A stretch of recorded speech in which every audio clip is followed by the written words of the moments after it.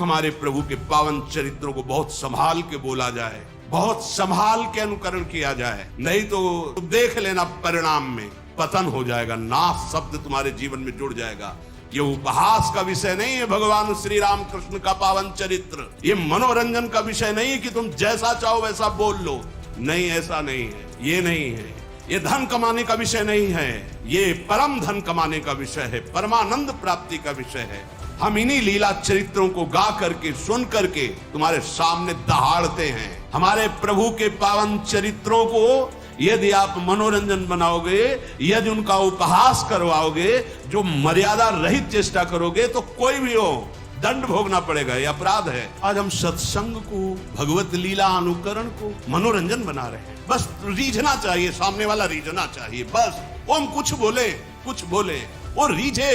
तस्मात् शास्त्रम प्रमाणम ते कार्यो व्यवस्थितो, जो शास्त्र सम्मत अनुकरण वही केवल उतना जितना समाज में पच जाए, भाव पुष्ट हो जाए, शास्त्र सम्मत भगवत लीला अनुकरण दर्शन किया जाए, शास्त्र सम्मत आचरणों के द्वारा भगवान की प्राप्ति होती है। मनमानी लीलानुकरण या मनमानी बोलना या मनमानी आचरण करना, ये केवल नरक प्राप्ति का हेतु हो सकता है, भगवत प्राप्ति का हेतु नहीं। जैसा मन आए वैसा संत का नाटक बना दो, जैसा मन आए वैसा भगवंत का नाटक बना दो, केवल मनोरंजन करना चाहिए बस। आप चाहे बोले चाहे लीलानुकरण करे, तस्मात् शास्त्र, एक भी शब्द शास्त्र प्रतिकूल बोला तो ये मत समझना कि शास्त्र खिलवाड़ है या भगवान के चरित्र ऐसे ही गा दिए गए हैं। ये आस्था मनोरंजन का विषय नहीं है, मनोरंजन कभी आस्था नहीं हो सकती, और आस्था के साथ खिलवाड़ नहीं करना चाहिए, मनोरंजन का विषय नहीं बनाना चाहिए आस्था को। ये हमारे प्रभु की लीलाएं, प्रभु की भक्ति, ये हमारी आस्था है, हमारा अस्तित्व है, हमारा जीवन है, इसके साथ खिलवाड़ नहीं करना चाहिए। ये श्रद्धा और विश्वास और भावना का है, जो इसको मनोरंजन बनाता है, मानो हमारी आस्था के साथ, हमारी भावना के साथ खिलवाड़ करता है। सावधान, मन भंजन करके और भगवत प्रेम अनुराग में डुबोने वाला ये भगवान का पावन चरित्र, भगवान की लीलाएं, भक्तों के चरित्र हैं, इनको हम मनोरंजन न समझें। चलो थोड़ी देर देख लेते, थोड़ी देर सुन लेते हैं, नहीं, ये परम सच्चिदानंद है। इसीलिए हम लोग अपनी आस्था के साथ खिलवाड़ करते हैं, जो मन आता है वो नाटक बनाते हैं, जो मन आता है वो नाटक देख लेते हैं, जो मन आता है। ऐसे नहीं है, ये हमारी आस्था का विषय है, ये हमारे अस्तित्व का विषय है, ये हमारे जीवन का विषय है, इसके साथ खिलवाड़ नहीं होना चाहिए। देखो, हमारे प्रभु जैसा ना तो कोई था, ना है, ना होगा। ये अनादि अनंत महामहिम भक्तजन कुछ उनकी लीलाओं का अनुकरण करके तन्मय होते हैं। उसकी भी लीला की एक मर्यादा है। जिस समय हमारे ठाकुर मुकुट धारण करते हैं, महारानी जी की चंद्रिका, तो स्वयं रासाचार्य जी को देखा साष्टांग दंडवत और आरती करके, जय जय, मुकुट विराजमान है, चंद्रिका विराजमान।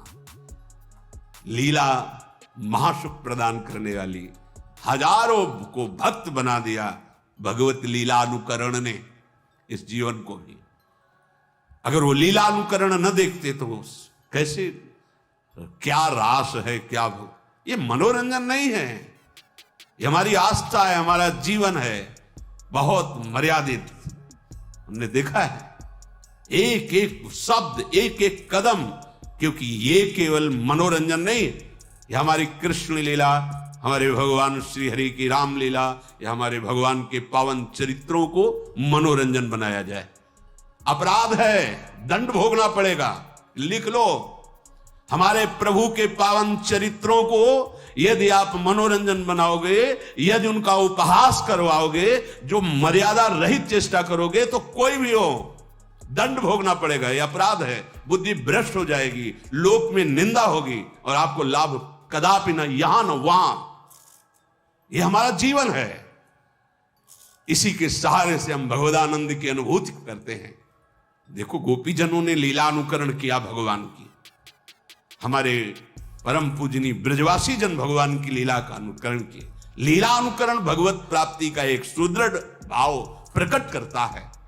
हम भगवान के चरित्रों को सुन रहे हैं, या भगवान के लीला चरित्रों का अनुकरण देख रहे हैं, ये हमारी आस्था का विषय है, ये हमारे भगवदानंद की प्राप्ति कराने का सहयोग है।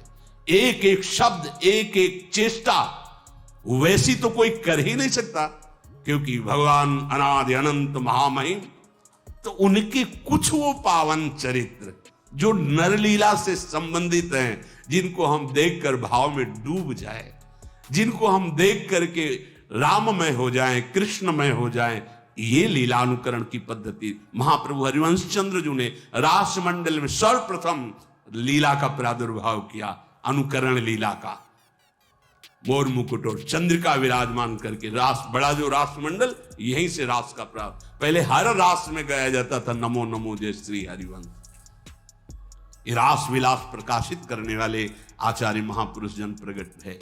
तो जो सत्संग है, भगवान के चरित्र हैं, भगवान के गुण हैं, बोलने वालों में, दिखाने वाले और देखने वाले, तीनों को समझना चाहिए कि ये केवल मनोरंजन का विषय नहीं है, ये हमारे आराध्य देव का विषय है। ये हमारे प्राणों पर आघात होगा अगर शब्द बिगड़ गए तो, अगर लीला अनुकरण की मर्यादा बिगड़ गई तो। देखना, सुनना और बोलना तीनों सावधानी के साथ होने चाहिए, क्योंकि ये हमारा जीवन, हमारा प्राण है, और अगर ये बिगड़ गया तो संभालेगा कौन? फिर कौन संभालेगा?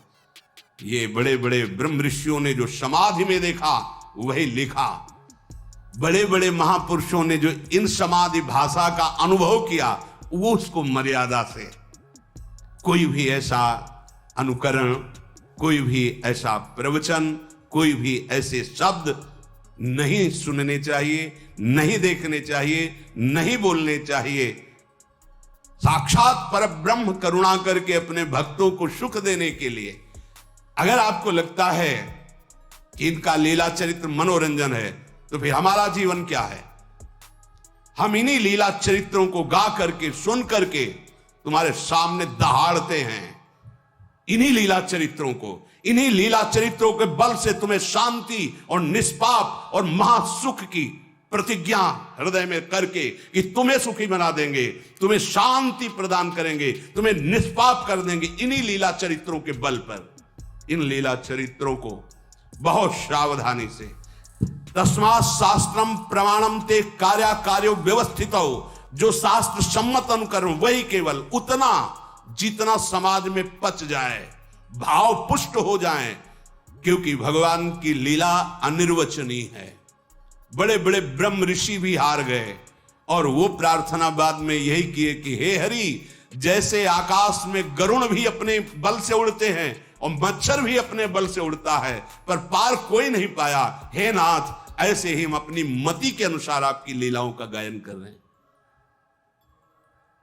जैसा मनाया वैसा छवि बना दिया, जैसा मनाया वैसा अनुकरण कर दिया, जैसा मनाया वैसा बोल दिया। नहीं नहीं नहीं, ये हमारा हृदय है, हमारा प्राण है, हमारा धर्म है, हमारा जीवन है, हमारा अस्तित्व है। यही होगा, कलयुग का प्रभाव यही है, हमारे अस्तित्व को मिटाने में। हमारे प्रभु का क्या, जिनको देख करके हमारा हृदय निष्पाप और रोने लगे और जीवन अधर्म से हटकर धर्म की तरफ चले। ये मनोरंजन नहीं है, भगवान के पावन चरित्र। ये मन का नाश करके जो असत वृत्तियों से युक्त है, सतवृत्ति में लगा दिया गया। कौन ऐसा है जिसने हमारे भगवान के पावन चरित्र को सुन करके भगवत प्राप्ति न की हो? कोई एक उदाहरण, रत्नावती जी केवल भगवान की वार्ता सुनकर भगवत प्राप्त हो गई। ब्राह्मण पत्नियां मथुरा केवल भगवत वार्ता सुनकर भगवान को, ऐसे करोड़ों अनंत भक्त हो गए जो लीला अनुकरण दर्शन और लीला चरित्र श्रवण से भगवत प्राप्त महात्मा बन गए। जगत को तारने की सामर्थ्य आ गई। आज हमारी बुद्धि इसे मनोरंजन में ले रही। भगवान की लीला चरित्रों का अनुकरण, भगवान की लीला चरित्रों का गायन बहुत सावधानी से होना चाहिए, जिससे हमारी आस्था, हमारे आस्तिकता पर, हमारे हृदय आराध्य की कहीं भी उसमें चोट न पहुंचने पावे। अगर चोट पहुंचेगी तो विश्व में कोई ऐसा नहीं जो इस अपराध को पचा सके। तुम्हारा वैभव, तुम्हारी बुद्धिमत्ता, तुम्हारा बल, तुम्हारा प्रकाश सब नष्ट हो जाएगा। भगवान मनोरंजन की चीज नहीं है। भगवान कोई मनुष्य नहीं है, भगवान अपनी महिमा से अवतरित होते हैं, उतरते हैं, घटते हैं, फिर वो हमारे जैसे आकर ऐसी परम पावन लीला करते हैं जिसका गायन करके, अनुकरण करके, दर्शन करके हम भगवदानंद को प्राप्त हो जाए। हम नर से नारायण बनने की जो यात्रा है वो इनके चरित्र से, इनके नाम से, इनके गुणों से, इनकी मुस्कान के बल से पहुंचते हैं। लेकिन भगवान की उन्नति नहीं हुई, भगवान अवतरित हुए। अवतार का मतलब घटना। वो अपनी अनंत महिमा से अवतरित होते हैं नर रूप में और फिर उतनी लीला करते हैं जिसको गायन करके, श्रवण करके, चिंतन करके हम परम पद के अधिकारी बने। आज हम सत्संग को, भगवत लीला अनुकरण को मनोरंजन बना रहे हैं। बस रीझना चाहिए, सामने वाला रीझना चाहिए, बस वो हम कुछ बोले वो रीझे। नहीं, ये बात नहीं। ये अगर ये बात रहेगी तो फिर हम भगवत प्राप्ति के मार्ग में बहुत बड़ा अपराध कर रहे हैं। चाहे हम उपदेश कर रहे हो, चाहे हम लीला अनुकरण कर रहे हो, कुछ भी, ये बहुत बड़ा अपराध हो जाएगा यदि हम अपने प्रभु की मर्यादा और महिमा को मनोरंजन में उतार देंगे। नहीं, ये तो सुरक्षित रखा जाए। सबसे प्रार्थना है शास्त्र सम्मत भगवत चरित्र सुने जाए, शास्त्र सम्मत भगवत लीला अनुकरण दर्शन किया जाए। शास्त्र सम्मत आचरणों के द्वारा भगवान की प्राप्ति होती है। मनमानी लीलानुकरण या मनमानी बोलना या मनमानी आचरण करना यह केवल नरक प्राप्ति का हेतु हो सकता है, भगवत प्राप्ति का हेतु नहीं हो सकता। बहुत सावधानी के द्वारा हम अपने मन को सत्संग में लगाए, भगवत लीला दर्शन में लगाए, भगवत लीला चिंतन में लगाए, इसी में परम मंगल होगा। ऐसे करुणा निधान भगवान के जो चरणों का आश्रय, कैसे हम समझ पाएंगे कि हमारे वो भगवान हैं? जहां राम शब्द जुड़ा, कृष्ण शब्द जुड़ा, वहां हमारा जीवन जुड़ गया, हमारा प्राण जुड़ गया, हमारी गर्दन झुक गई। राम शब्द निकलते ही, कृष्ण शब्द निकलते ही अगर कोई बोलता है सामने से जय राधे, तो हमारी गर्दन झुक जाती है कि तुमने राधा बोला। उन हमारे प्रभु के पावन चरित्रों को बहुत संभाल के बोला जाए, बहुत संभाल के अनुकरण किया जाए, नहीं तो कोई पावर नहीं तुम्हें लगता है, लेकिन तुम देख लेना परिणाम में पतन हो जाएगा, नाश शब्द तुम्हारे जीवन में जुड़ जाएगा। यह उपहास का विषय नहीं है भगवान श्री राम कृष्ण का पावन चरित्र। यह मनोरंजन का विषय नहीं है कि तुम जैसा चाहो वैसा बोल लो। नहीं, ऐसा नहीं है, ये नहीं है। यह धन कमाने का विषय नहीं है, ये परम धन कमाने का विषय है, परमानंद प्राप्ति का विषय है। आज हम अपनी मर्यादा से विचलित होते चले जा रहे हैं। जैसा मन आए वैसा संत का नाटक बना दो, जैसा मन आए वैसा भगवंत का नाटक बना दो। केवल मनोरंजन करना चाहिए, बस। सत्य वस्तु को ऐसे मनोरंजन में नहीं प्रदर्शित किया जाता। जो मन आवे सो बोल दे। सामने जो ग्रंथ रखा है तुम्हें उसी को आधार बनाकर चलना है। अगर कृष्ण चरित्र है तो तस्मात् शास्त्रम प्रमाणम, रामचरित्र है तो तस्मात् शास्त्रम प्रमाणम। आप चाहे बोले चाहे लीला अनुकरण करे, तस्मात् शास्त्र, एक भी शब्द शास्त्र प्रतिकूल बोला तो यह मत समझना कि शास्त्र खिलवाड़ है या भगवान के चरित्र ऐसे ही गा दिए गए हैं। तुम्हारे सामने जब दंड उपस्थित होगा तो तुम भोग नहीं पाओगे। हिरण्यकश्यप जैसे तुम नहीं हो, या ऐसी तपस्या करके त्रिभुवन विजेता बन गया, या रावण जैसे तुम नहीं हो। उनको भी धूल धूसरित कर दिया, वो पावन चरित्र है। इसलिए सावधान। भगवान का चरित्र देख करके, सुन करके हम अपने जीवन को भगवत में बनाते हैं। महापुरुषों ने बनाया है और आगे बनाते रहेंगे। हम इस चरित्र की गरिमा को रखें, हम अपनी आस्था को सुरक्षित रखें। जहां शास्त्र सम्मत वार्ता ना हो नहीं सुननी, जहां शास्त्र सम्मत लीला अनुकरण नहीं देखना।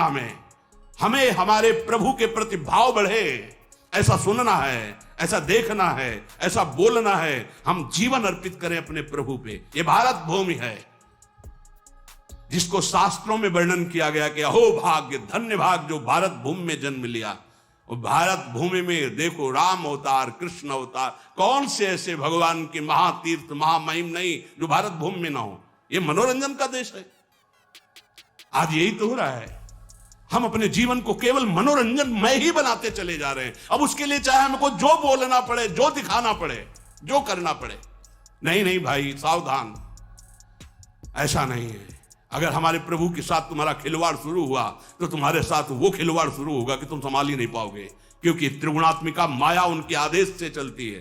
तुम्हारा धन, तुम्हारा वैभव, तुम्हारी बुद्धिमत्ता, तुम्हारा पद मिट्टी में मिल जाएगा। ये भगवान के पावन चरित्र हैं, भगवान के पावन गुण है। संभाल कर बोलो, संभाल कर सुनो, जिससे तुम्हारा भाव बढ़े, तुम भगवदानंद को प्राप्त हो। श्री राधा वल्लभ लाल की।